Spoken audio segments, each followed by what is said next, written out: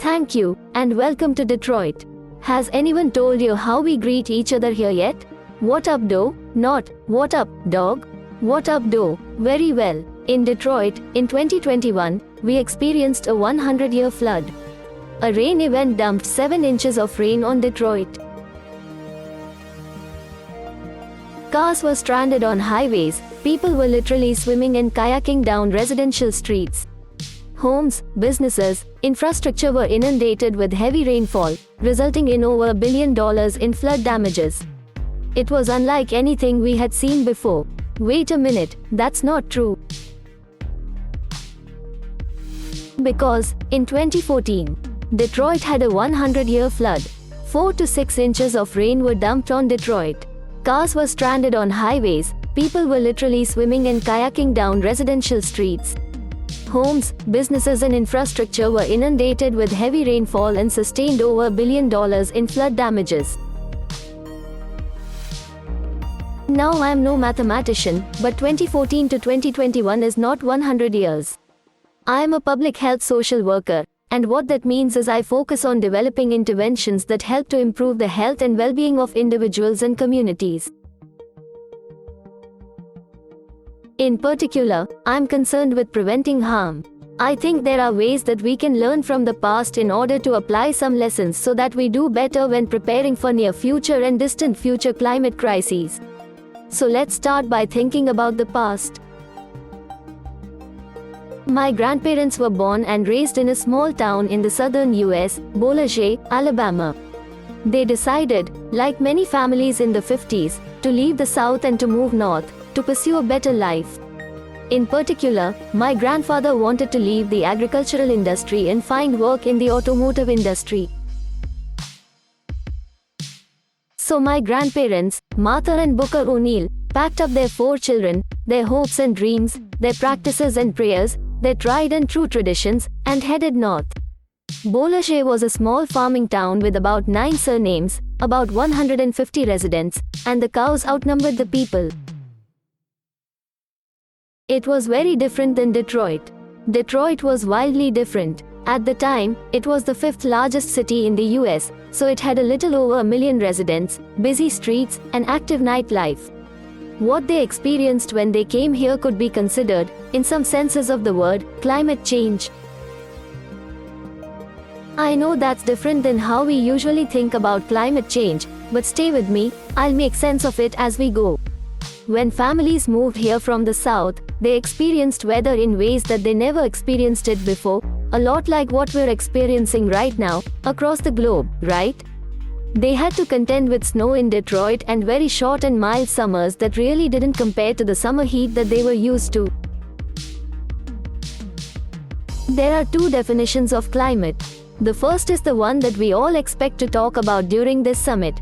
Climate, the general weather conditions usually found in a particular place. And then, there's another definition of climate that we'll get to later, and talk about how that affects climate change. For the first time ever, families that arrived here from the South were experiencing this new climate. And they had to have strategies in order to adjust to the new climate. They used 3 key strategies: acceptance, aid and adaptation. So first, acceptance. They had to acknowledge that they would not experience the weather the same way they had in the past. They had to recognize that they could not deny, avoid or alter it. As we do a better job of accepting that this is our new climate, then we could do a better job of planning, preparing, responding and recovering. We have to realize that climate change is not a distant threat. It is at our front doors, or in the case of Detroit during the floods, in our basements. The second strategy they used was aid.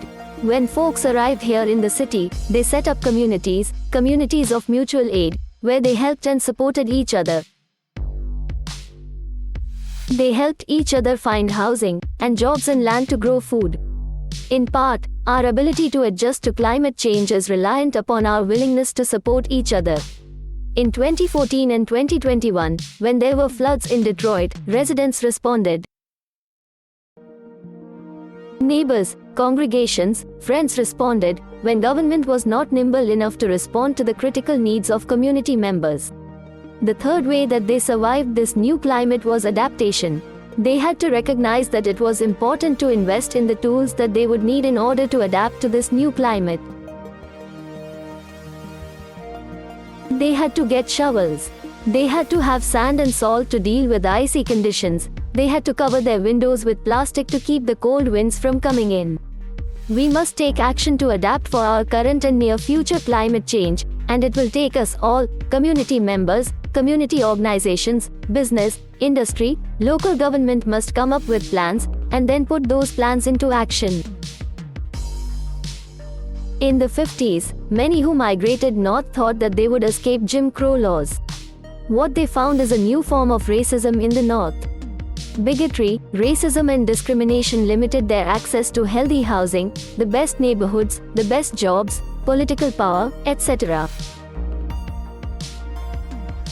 In the 2020s, bigotry, racism, discrimination limit access to healthy housing, the best neighborhoods, political power. You know where I'm going with this. It is important, then, that we pay attention to the second definition of climate, and that has to do with the social conditions and political conditions and feelings and opinions that get in the way of us making progress on climate change and in other areas that we are trying to make progress in. So the three strategies are acceptance, aid and adaptation. When we're looking at climate change, we also have to be mindful of how social and political conditions can stifle progress and get in the way of our progress toward preparing and planning for climate change. Being thoughtful about how we apply these three key strategies that worked in the past to our present circumstances, while remembering to center community voices and experience and honor community assets as our best bet at success.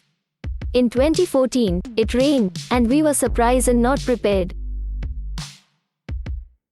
In 2021, we weren't that surprised, but still ill-prepared. It's going to rain again, no surprise.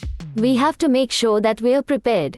We can be prepared for the next climate-related crisis by accepting that climate change is our current reality, creating and supporting formal and informal systems of mutual aid, and adapting our thinking and our actions to prepare for current and future crises.